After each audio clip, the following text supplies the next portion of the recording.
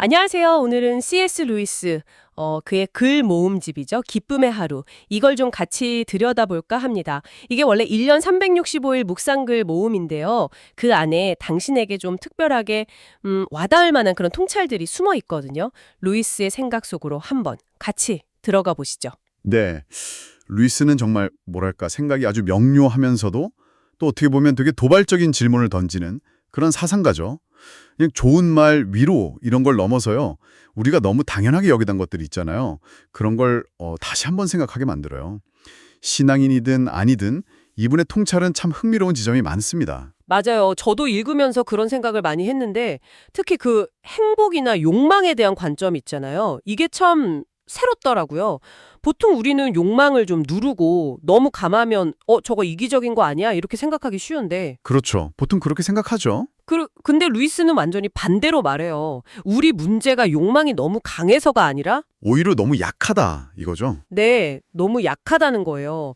그 비유가 참 인상적이었어요. 어린 아이가 아, 그 진흙파이 비유 말씀하시는 거죠? 네, 맞아요. 진흙파이. 바닷가에서 진짜 멋진 휴가를 보내라고 하는데도 애는 그냥 더러운 골목에서 진흙파이 만들면서 놀고 싶어 한다는 거. 네. 우리가 막 추구하는 세상의 즐거움이나 만족 같은 게 사실 하나님이 주시려고 하는 그 진짜 기쁨?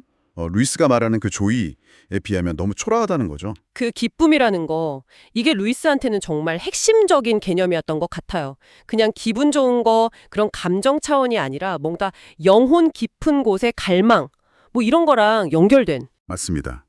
그래서 루이스는 심지어 기쁨이야말로 천국의 진지한 임무, the business of heaven, 다 이렇게까지 말했잖아요. 네, 그 표현이 강렬하죠. 천국의 임무.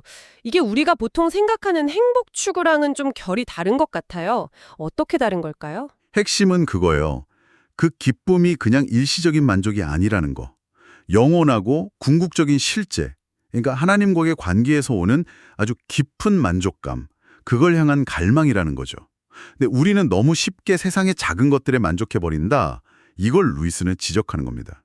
아, 그러니까 그런 깊은 갈망을 추구하는 게 이기적인 게 아니라 오히려 당연히 해야 할 일이다. 이런 관점이네요. 그렇죠. 오히려 그걸 추구해야 한다는 거죠.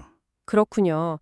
그러면 자기 부인에 대한 루이스의 생각도 이런 맥락에서 좀 이해가 되네요. 그냥 고통받고 긍욕하고 이게 목적이 아니라 정확합니다. 루이스에게 자기 부인은 그 자체가 목적이 아니에요, 절대. 더 큰 기쁨, 그러니까 그리스도를 따르고 그분과 하나 되는 것, 그걸 향해 나아가기 위한 어떤 과정, 수단인 거죠. 아, 신약에서도 자기를 부인하고 자기 십자가를 지고 나를 따르라 라고 할 때 사실 초점은 나를 따르는 것에 있는 거지 자기 부인 그 자체에 있는 게 아니잖아요. 네, 그렇죠. 따르는 것에 방해가 되는 걸 치우는 느낌이랄까요? 맞아요. 길을 막는 장애물을 치우는 것과 비슷하다고 볼 수 있죠. 더 큰 보상을 향한 여정인 셈이고요. 그 말이 참 와닿네요. 더 큰 보상을 향한 여정.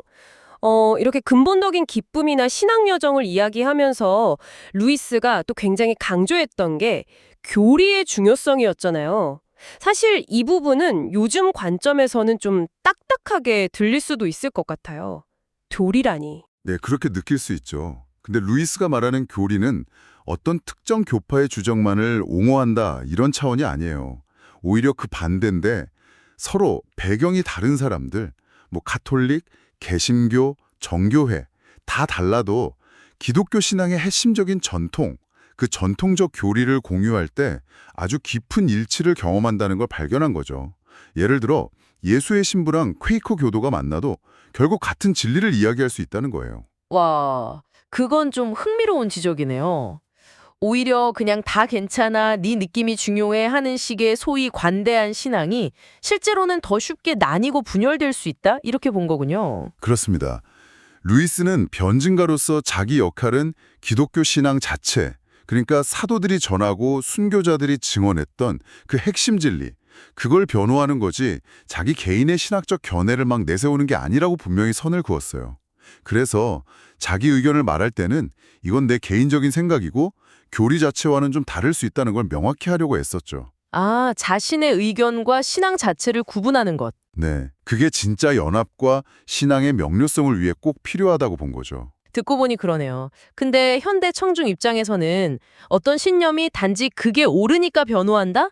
이 생각 자체가 좀 낯설 수도 있겠다 싶어요. 맞아요. 루이스도 그 지점을 알고 있었죠. 하지만 그는 결국 우리가 그냥 피상적인 만족이나 그 시대의 유행에 안주하지 말고 더 깊고 영원한 기쁨, 그 진리를 향한 갈망을 좀 진지하게 마주하라고 계속해서 우리에게 도전하는 겁니다. 네. 자, 오늘 이렇게 루이스의 생각들을 잠시 맛봤는데요. 이분의 글은 정말 곱씹을수록 새로운 질문을 던져주는 것 같습니다. 마지막으로 당신에게 이런 생각거리를 한번 던져보고 싶네요. 루이스는 정의나 용기 같은 덕목들 있잖아요. 이게 이 세상에서는 너무 중요하고 필수적인데 다가올 영원한 세상에서는 어쩌면 불필요해질 수도 있다고 슬쩍 암시해요. 아, 그렇죠. 위험이 없는데 용기가 왜 필요하며 모든 게 완벽한데 정의를 세울 필요가 있을까? 뭐 이런 맥락이죠. 네, 바로 그거죠. 만약 그렇다면 우리가 지금 여기서 이렇게 소중하게 여기고 필사적으로 추구하는 이 가치들은 그 영원의 관점에서 보면 대체 어떤 의미를 가지는 걸까요?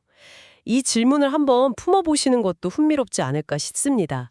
다음에 또 다른 이야기로 찾아뵙겠습니다.